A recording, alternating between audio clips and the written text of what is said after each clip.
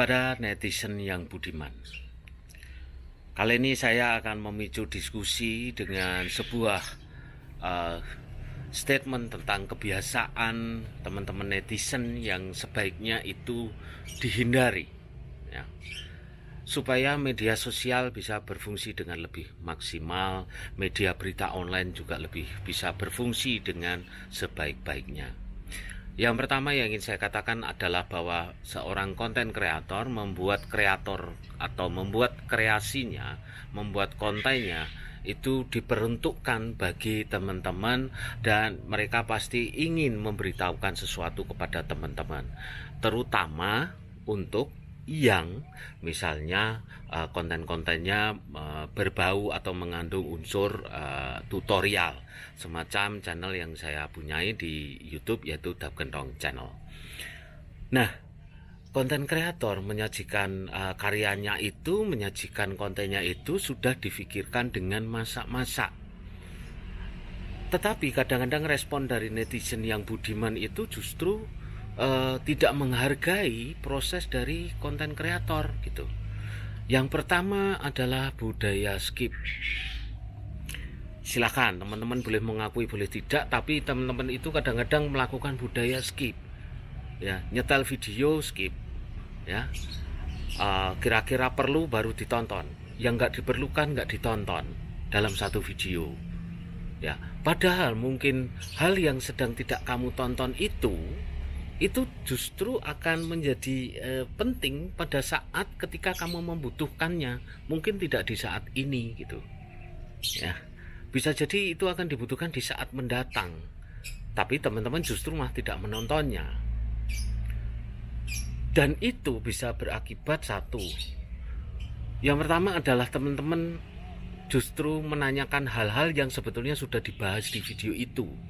Kalau bertanya karena kurang jelas tidak apa-apa, tapi sebetulnya banyak pertanyaan dari netizen yang budiman ini yang justru sebetulnya jawabannya ada di video itu gitu.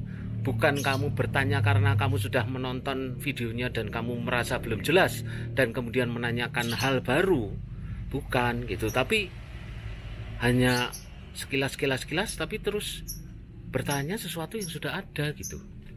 Nah, ini yang kadang-kadang banyak muncul di DM Instagram dan juga komentar di video-video di YouTube saya. Jadi saya mohon maaf kalau misalnya ketika ada yang bertanya dan kemudian saya hanya menjawabnya dengan link, atau saya bilang di komentar YouTube misalnya silahkan tonton videonya dengan utuh. Nah, itu karena itu. Budayakan menonton dengan utuh.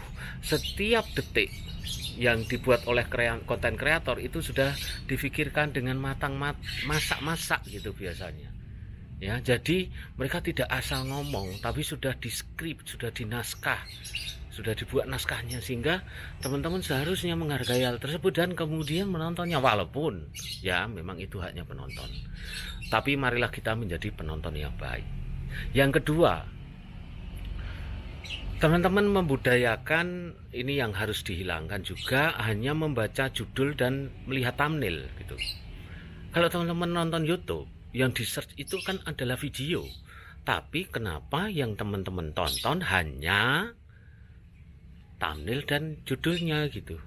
Jadi belum lihat isinya, tahu-tahu sudah komentar. Itu yang banyak sekali terdapat di komentar-komentar yang ada di channel YouTube saya gitu. Dan mungkin juga ribuan channel yang lain gitu. Permasalahannya mungkin akan sama.